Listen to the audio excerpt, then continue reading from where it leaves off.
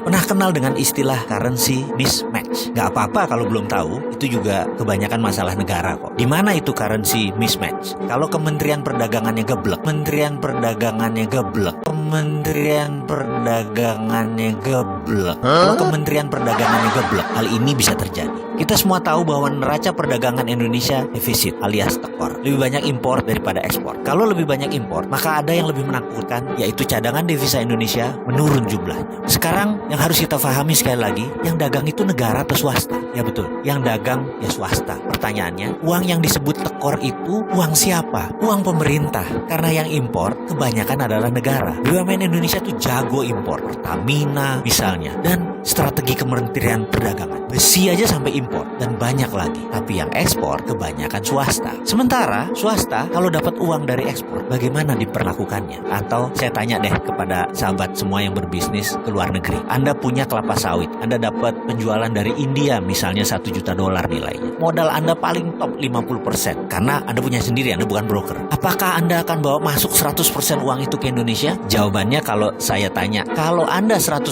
warga negara Indonesia, kemungkinan 100% uangnya ke Indonesia. Tapi kalau Anda investor asing, maka Anda hanya memasukkan OPEX-nya saja atau Operation Expenditure. Ya paling 50%-nya saja yang masuk ke Indonesia karena memang itu kebutuhannya untuk membayar operasional. Sementara untuk menyicil CAPEX atau Capital Expenditure, modal investasi yang dari luar tadi ya berada di luar tadi. Itulah mengapa saya mengatakan janganlah menawarkan foreign direct investment ke Indonesia tanpa pilih-pilih. Harus dipilih investasi yang akan mendatangkan dolar atau ekspor. Jangan investasi yang dipakai untuk kebutuhan dalam negeri yang 100%. Tekor pembukuan kita. Contoh, investasi jembatan pakai dolar. Lalu pendapatannya pakai rupiah dari tol ketika kita menggunakan jembatan tersebut dan membayar tol tersebut. Begitu kewajiban membayar hutang tadi, kan kita pinjamnya pakai dolar. Ya bayarnya pakai dolar. Dipindahkanlah rupiah tadi ke dolar. Sementara negaranya kebanyakan impor. Alias dolar tadi yang masuk ditukar ke rupiah untuk impor. Dan juga sekarang dolarnya untuk ngebalikin bangun jembatan tadi. Ya habis dolarnya. Pas perlu dolar, dolarnya langka, ya rupiahnya jadi melemah. Kapan rupiah bisa menguat kalau kayak begitu? Tahun 2020 bisa saja rupiah jadi 15.000. Bayangkan tahun 2014 rupiah itu 12.500-an. Sekarang dolarnya 14.300 di tahun 2019. Dan ada lagi sebenarnya yang lebih parah. Pas bangun jembatan tadi nggak ada dolarnya, malah 100% barangnya buatan negara lain yang ditaruh di Indonesia plek langsung jadi dan rakyat hanya suruh keplok-keplok pas peresmian. Begitu dipakai, kita mulai nyicil pakai rupiah kita membeli dolar tadi. Top dah kalau gitu, lebih tekor kita. Makanya kata tekor itu fakta. Ke depan bagaimana? Kita baca terbalik kata tekor tadi, T-E-K-O-R tadi, dengan membacanya R-O-K-E-T,